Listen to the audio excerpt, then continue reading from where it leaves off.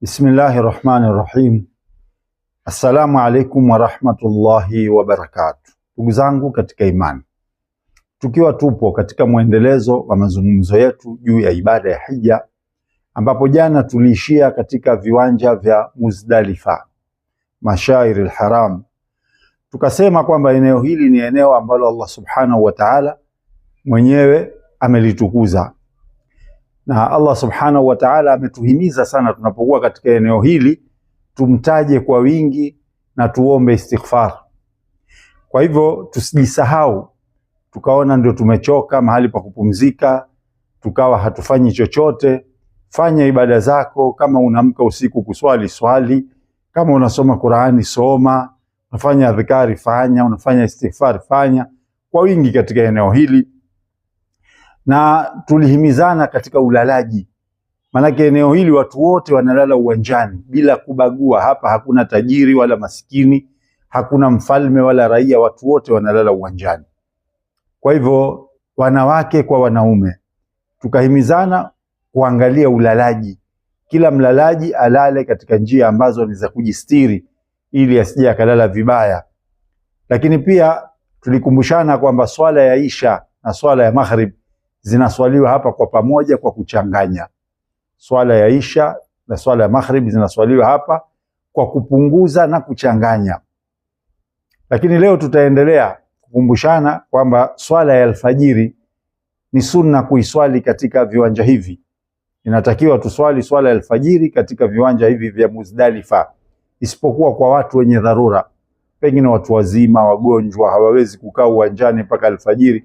Hawa watakuwa wamepewa nafasi hiyo, lakini wale ambao tunaweza, basi tunatakiwa tuswali alfajiri katika viwanja hivi.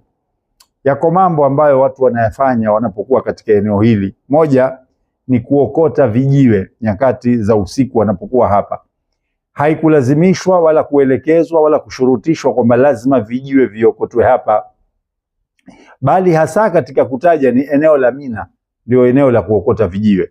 Kwa hivyo ukiokota au usiokote, waweza kwenda kuokota wakati unapotoka Muzdalifa kuelekea Mina. Na kuna baadhi ya watu vile vijiwe wanaviosha. Kuta mtu achukua mawe vile vijiwe akavitia maji akavisafisha kwenye chupa hivi. Yote haya ni mambo ambayo hayakuelekezwa, ni watu tu wanayafanya.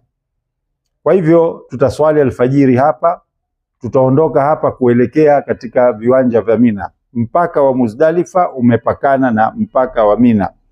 Tukiingia katika eneo la Mina, ndio hapa saa iliyosuniwa kuokota vijiwe. Vijiwe ni kama saizi ya karanga vile. Kuna baadhi ya watu wakiambiwa waokote mawe kwa ajili ya kwenda kumpiga shetani, adhani atakwenda kukutana naye huyo shetani, basi mtu kabeba jiwe kama endaua. Hapana shekhi, hii ni katika jambo tu, okota tu jiwe kiasi hivi cha karanga, ukubwa kama huo, na utatizama, kwa sababu siku ya kwanza hii ambayo ni mwezi 10, siku ambayo watu wanaswali Idi, hii utakwenda kupiga vijiwe 7. Utakwenda kupigwa vijiwe 7 katika jamarati al-Aqaba ambayo ni moja tu ile. Sasa unaweza kuokota vijiwe 7 au ukajitayarisha na vijiwe vyako kulingana na utakaa siku ngapi na grupu yako pale. Siku ya kwanza ni vijiwe 7.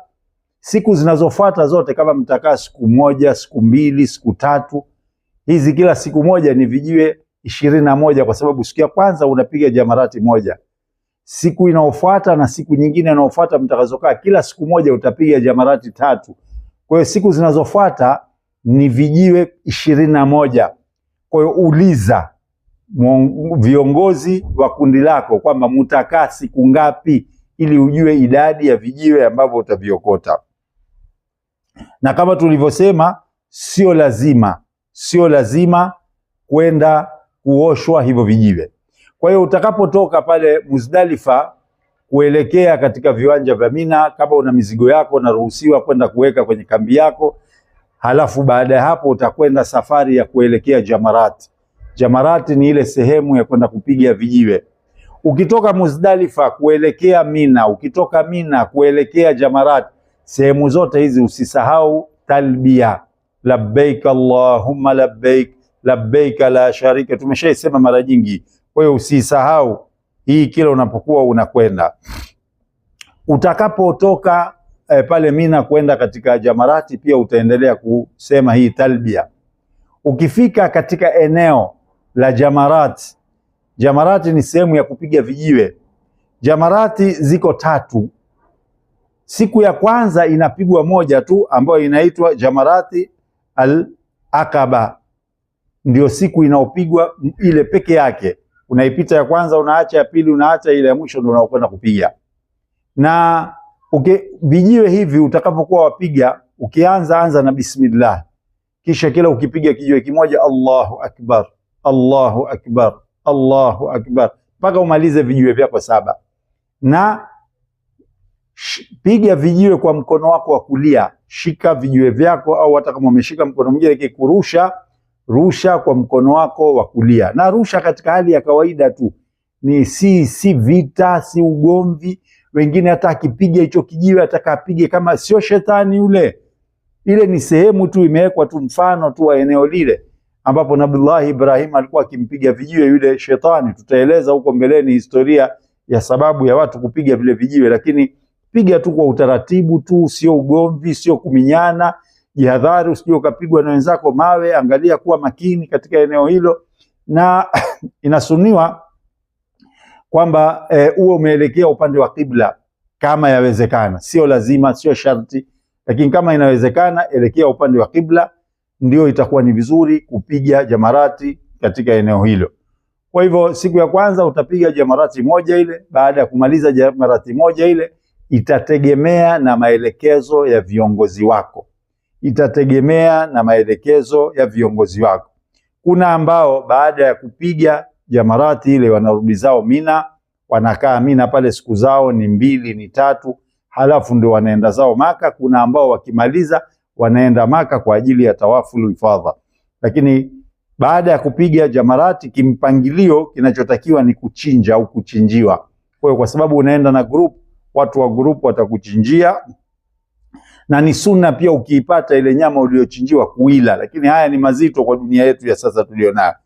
Na baada ya hapo ni kupunguza au kunyoa nywele zako. Kwa mwanamume kilichosuniwa ni kunyoa nywele zako, kwa mwanamke ni kupunguza, kama vile kwenye umra unapunguza kidogo tu. Utakapokuwa umeyafanya mambo haya, umeshapiga vijiwe 7, umeshachinjiwa na umeshapunguza au kunyoa nywele, hapa unaweza kuvua ihram zako.